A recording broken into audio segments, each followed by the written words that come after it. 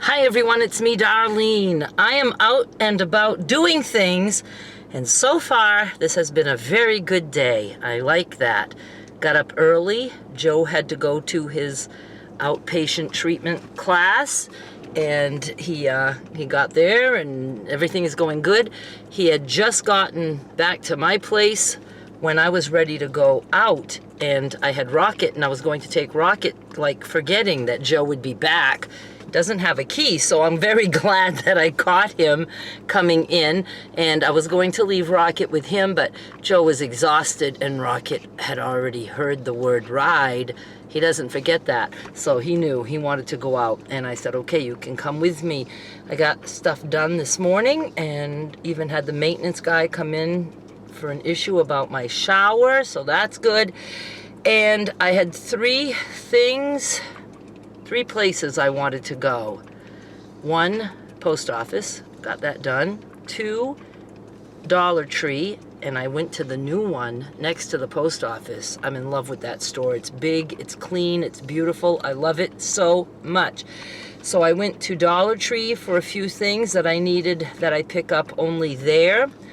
And then I wanted butter. So I was going to go to Walmart, but I said I'm going to take a chance and look at Kroger because sometimes they have a deal. So I looked online and they had a deal. Buy 3, mix and match, all kinds of different things. One of them was their 1 pound of butter.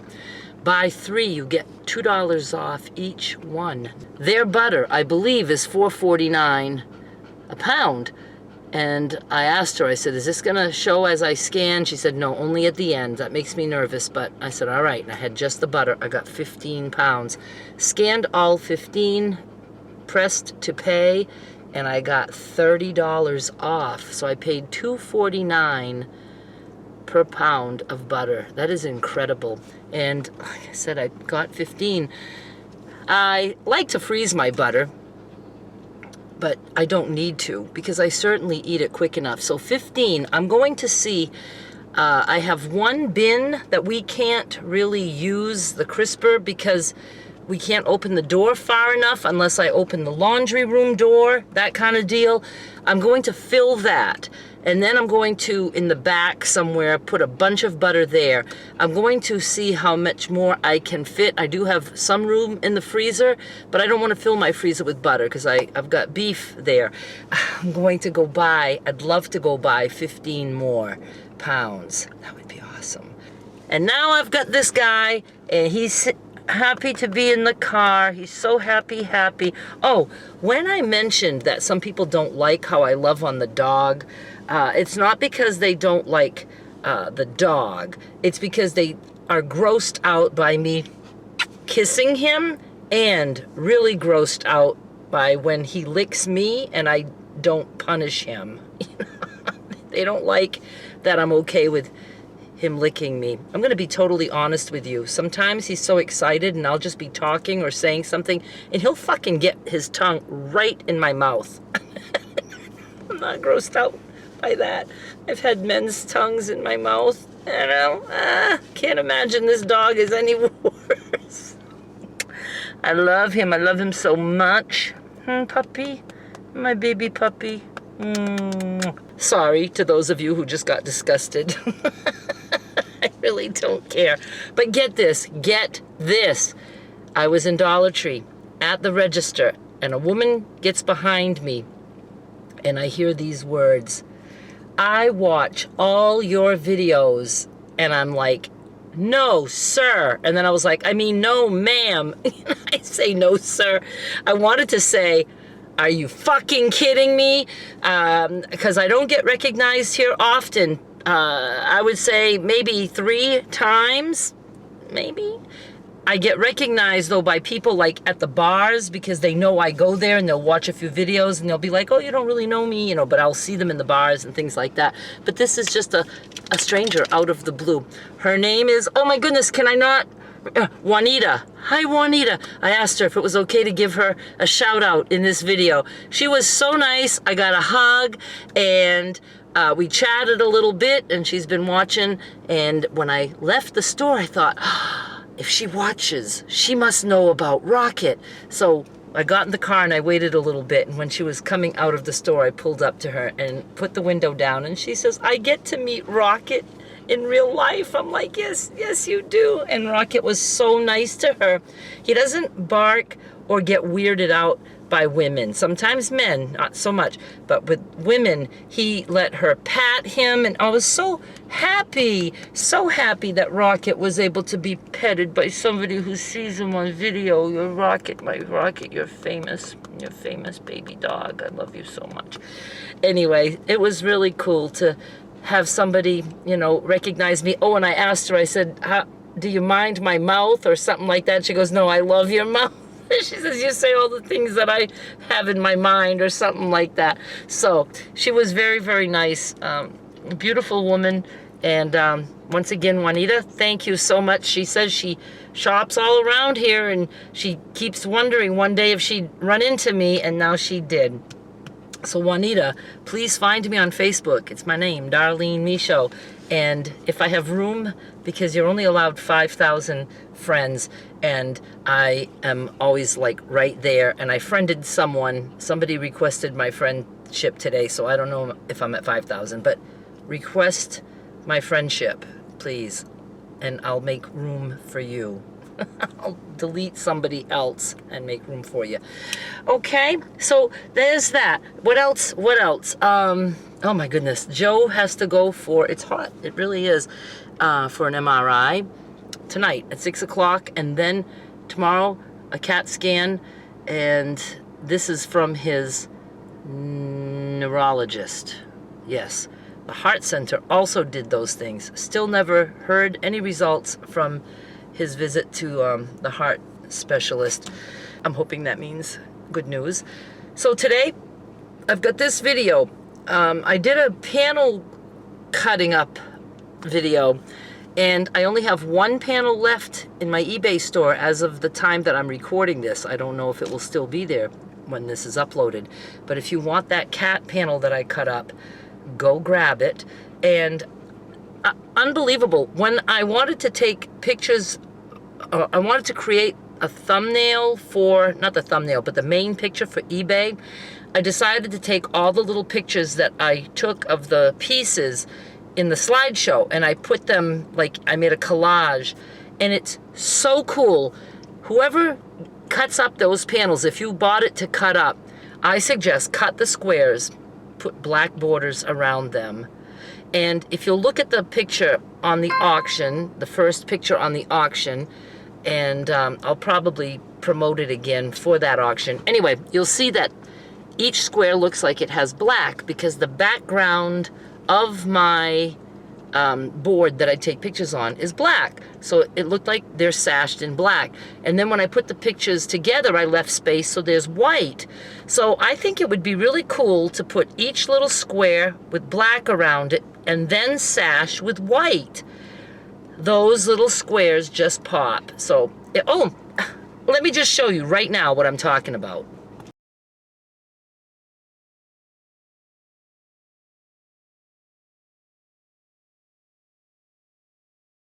See? See how cool that is? Just love it. I didn't ruin a panel. Hang on. All right. Oh, that was Joe, and I'm like, oh my God, I'm in the middle of recording. I can't forget what I was talking about. He's like, okay, then call me back after. The panel. Oh yeah, okay. So it's really cool. I didn't ruin a panel. I gave it a different life than what it was intended for. I shouldn't even say it was intended. It's not intended to have to be the way it is printed on the fabric. You know, we cut fabric all the time.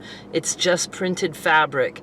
Just because the fabric is a picture doesn't mean we're not allowed to cut that up. And it's especially good if you have a panel that you don't like. Let's say it's, I don't know, some Ninja Turtles. Is that such a thing? Ninja Turtle? Anyway, if it's a print you don't like, the best thing you can do is go small. 2-inch squares. Usually a 2-inch square is not going to, you know, scream whatever it is, you know? So give it a try. Okay, now I have been saying that I want to talk a little bit about things that I've learned during my dating journey. And I watched a TikTok and a woman brought something up, and I said, okay, this is what I'm going to start with, because I am big on, first of all, I'm big on doing what makes you happy. What makes you happy, even if it breaks the rules. You know? Because the only person who can decide for themselves what they like in a man, or what makes them happy, or what they can do to make a man happy if they're willing to do things, you're the only one who can decide that. Now, of course, I'm talking as a woman who dates men, but I don't care if you're a woman, man, woman, doesn't matter. I'm sure this works for everyone, because even though I do wholeheartedly believe there's a difference between a woman and a man when it comes to feelings, when it comes to society, teaching each side what they're supposed to do, how they're supposed to feel. And there are some stereotypes. Even though that exists, I am absolutely for people swapping out all those things. I personally, if I were to start over and if I would have gotten married and had a family young, I would have wanted to be the breadwinner, because I'm very good at business. And I'm not so good about, vacuuming. I would love, and I watch a TikTok where the woman works and the husband stays home with their child, and he does all of that. It's just role reversal. The roles that we're taught are normal. But there is something about human nature where the man was the hunter and the woman, because the women, the female animals give birth. I mean, you do have some different roles. But even in the animal world, some of the males are the ones that take care of babies and different things. So anyway, what I'm trying to say is anything goes. I want you to be happy, and it's also nice if your partner is happy. So this woman on TikTok said that her husband bought his mother a birthday gift. He asked his wife if she would wrap it for him so he could give it to her. And there was no way she was doing that. He's a grown man. He can do that. I'm not going to be the role, the person who takes on the role to do this and do this and do that. She had so many reasons why she did not want to do that. That woman is watching me talk. She had so many reasons why she didn't want to do that, that I felt so bad. I don't know their situation. Maybe the guy's a complete asshole, and that's why she doesn't want to do something like that for him. Maybe he's not. Maybe she sees him a little bit as an asshole, though, because he asked her to do that. But what if the man is just a really nice man? He gets some points for thinking of his mother, right? Bought a gift. He didn't ask his wife to get a gift. He bought a gift, and he just wanted it wrapped. He probably sucks at wrapping, doesn't even know how to do that. So he asked, and he got a big, hard no on that. And, she was explaining to him all the reasons why that wasn't going to happen. And I thought, that poor man, he's going to be like, maybe afraid to ever ask her something again. Or maybe he's very hurt because maybe he does things for her. Maybe he doesn't. We don't know the whole story. But what I didn't like is she was trying to explain to women to not do that shit. Don't do that shit. And there were women who were like, sorry, I'm going to do that because I would like to do that for my husband. But there were also others who were saying, yeah, I do that stuff all the time. I'm going to change that now. And I thought, why? Me personally, now I'm only going to speak for myself, I love doing little things when I can. But I also am, because I'm a wholehearted giver, but I'm also a receiver. I want to receive.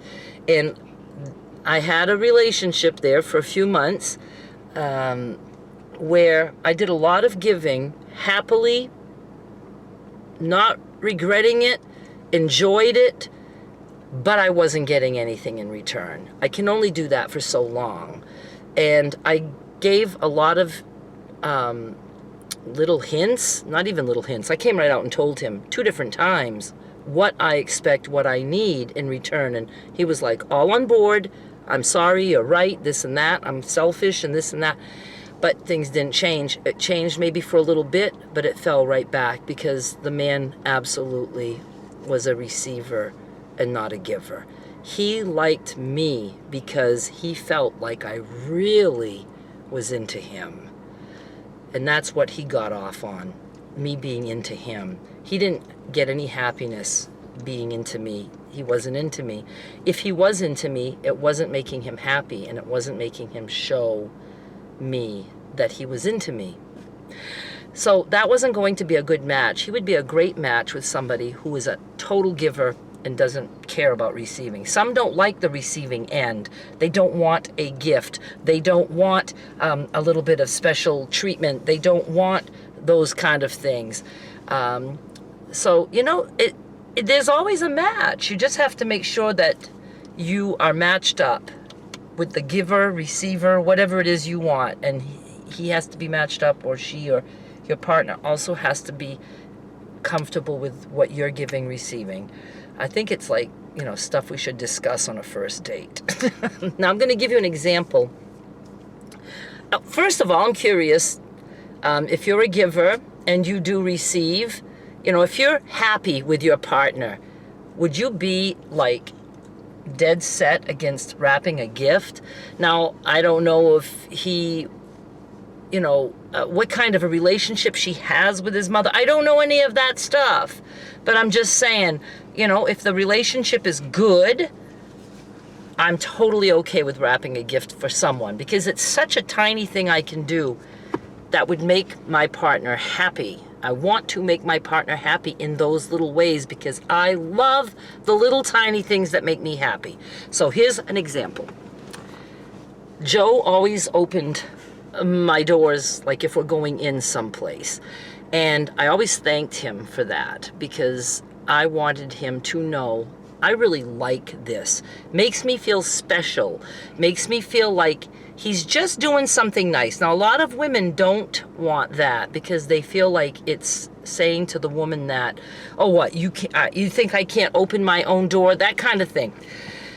So then I mentioned to Joe how I watch TikTok, and I was watching a man who actually shows men how to open a door for a woman. Now, again, I'm not against a woman opening a door for a man. I sometimes have to open Joe's door. I don't have to, but I open his door if he's very off balance and he, you know, is forced to get in the car, like I'm taking him to the doctor or the hospital or whatever. I will absolutely open his door, make sure he's in his seat, shut his door, put his seatbelt on if I have to, if he's very out of it. And, you know, of course I do that.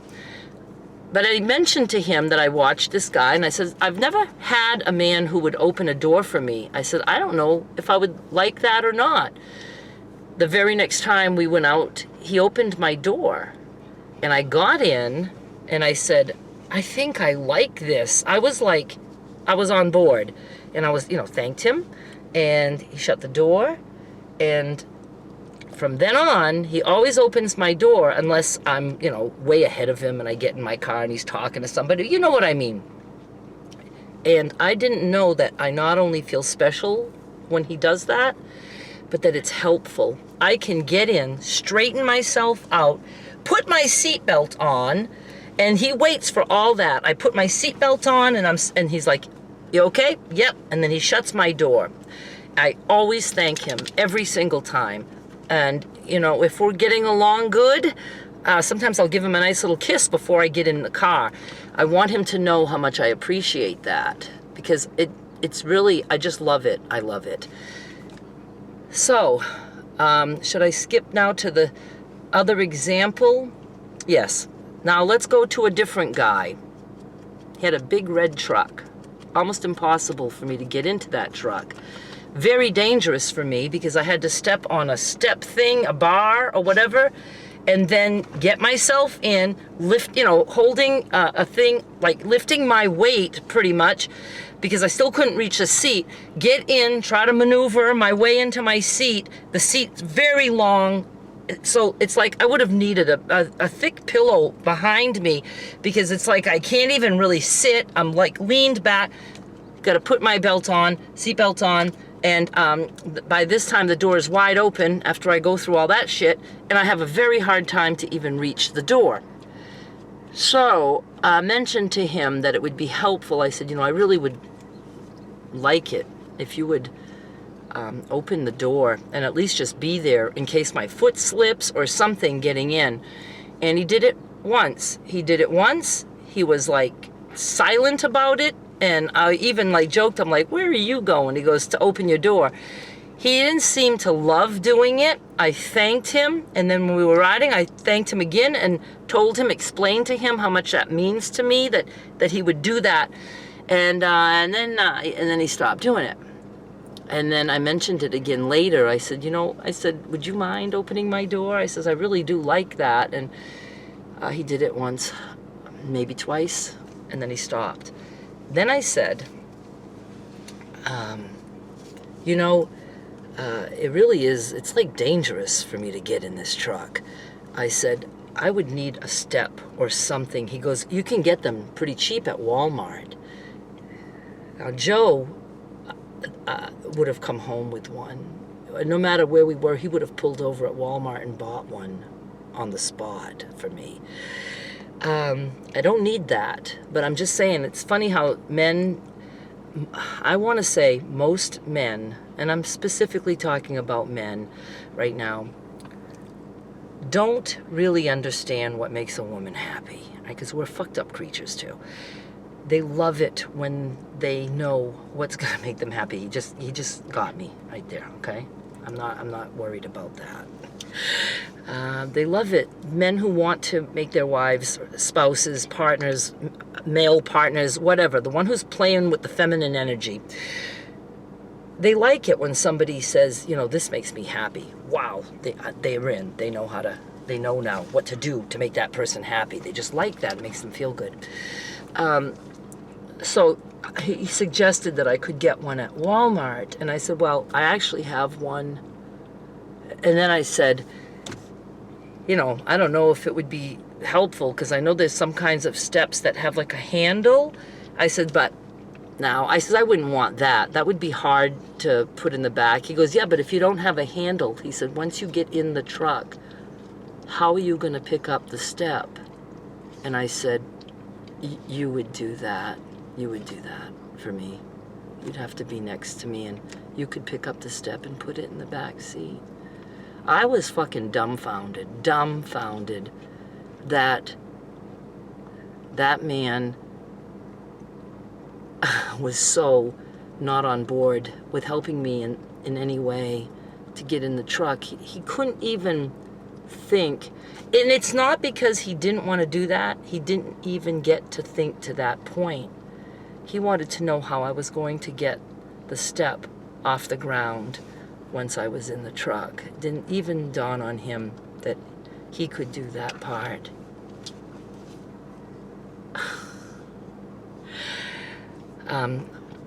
We did the step thing for the rest of the time, and even if I got in the truck way before him and I was in and the door is shut and everything, I would just, say the step. And he got used to that. He was okay with that. And he, and I still would thank him if he actually was at the door with me. And I would thank him if he picked up the step for me. Okay? All right. Now let's get back to Joe. After 3 months, he quickly started opening my doors. And I was so thankful for that. And we talked about it one time. While we were in the car, he lets me in. It was like soon after we saw each other again. And I said, when I first met you, you didn't open my door. He goes, I didn't even know. He goes, I didn't really know about opening a woman's door. He said, it just never dawned on me. And I said, I know. I said, but I only said it once to you, and you did it right away. And he's like, well, yeah. He said, you thought you'd like that. He said, so I did it. And I said, but you always do it unless you can't. I said, why do you still do it? And this is what he said, because it seems to make you so happy. He says, and it's such an easy thing for me to do. And I said, you got it. This is why Joe and I are still back and forth with things, even though other parts are a fucking hot mess. But there's that thing about him that I really love. I love that part of him. And Joe is coming a long way with medication and his therapy and stuff. There's still no plans for forever. He still doesn't have a key to my apartment. And I don't need to have a definition as to what's going on with us. I just don't. I'm taking it one day at a time. And, but I just wanted to tell you all of this because I wanted to show you the difference. Don't be afraid to ask your partner, even if it's just dating, ask your partner to do little things and see if they do it.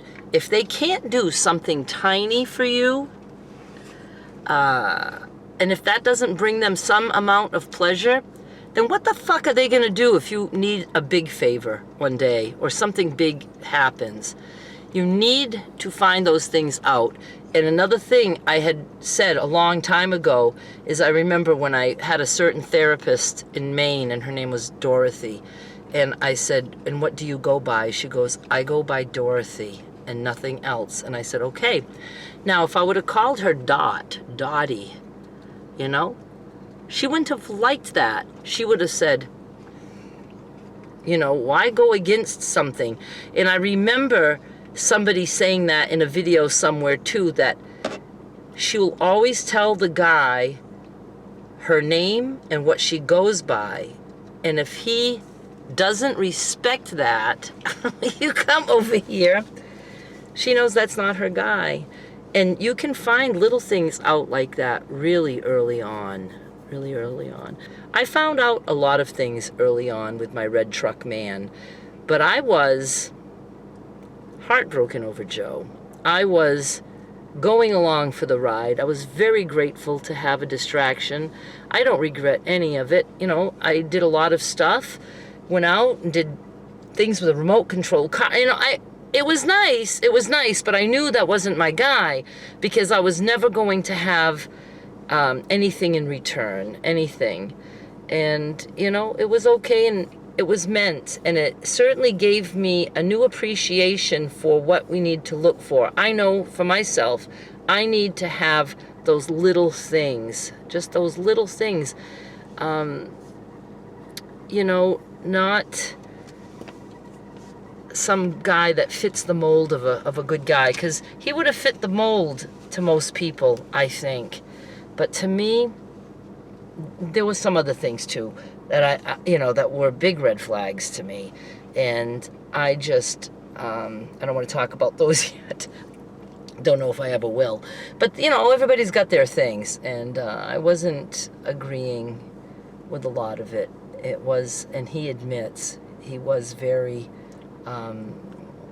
selfish. I couldn't even think of that word, and he knew it, and he didn't for 1 second fight for me to say, hey, I really want you, I am sorry. There was none of that. I think he was glad I was just done.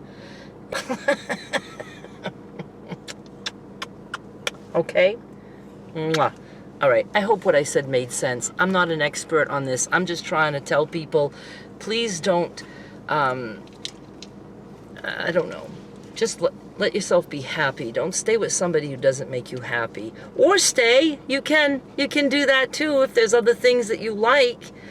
There is, but I just, I was like, because I had actually seen Joe once, and I immediately ran to Tony's and broke up with him. I didn't need to know anything about Joe. He was a hot mess. He looked like shit. He looked like death. He was all just, there was no way that I thought this is ever going to be a thing. And I didn't care. I went and broke up with Tony. Like 2 hours later, I was at Tony's saying, this can't work. Because I all of a sudden kind of felt sick to my stomach, that I felt like I was kind of leading Tony on. And I didn't want to do that. I knew I didn't want to be with him. I knew that was never going to work. And I thought, I just got to let this go now. Whether I'm ever in Joe's life or not, I don't need to be playing this game with Tony.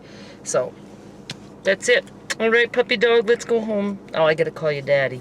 All right? All right, you guys, thank you so much for watching. I'll be back with more soon. Bye.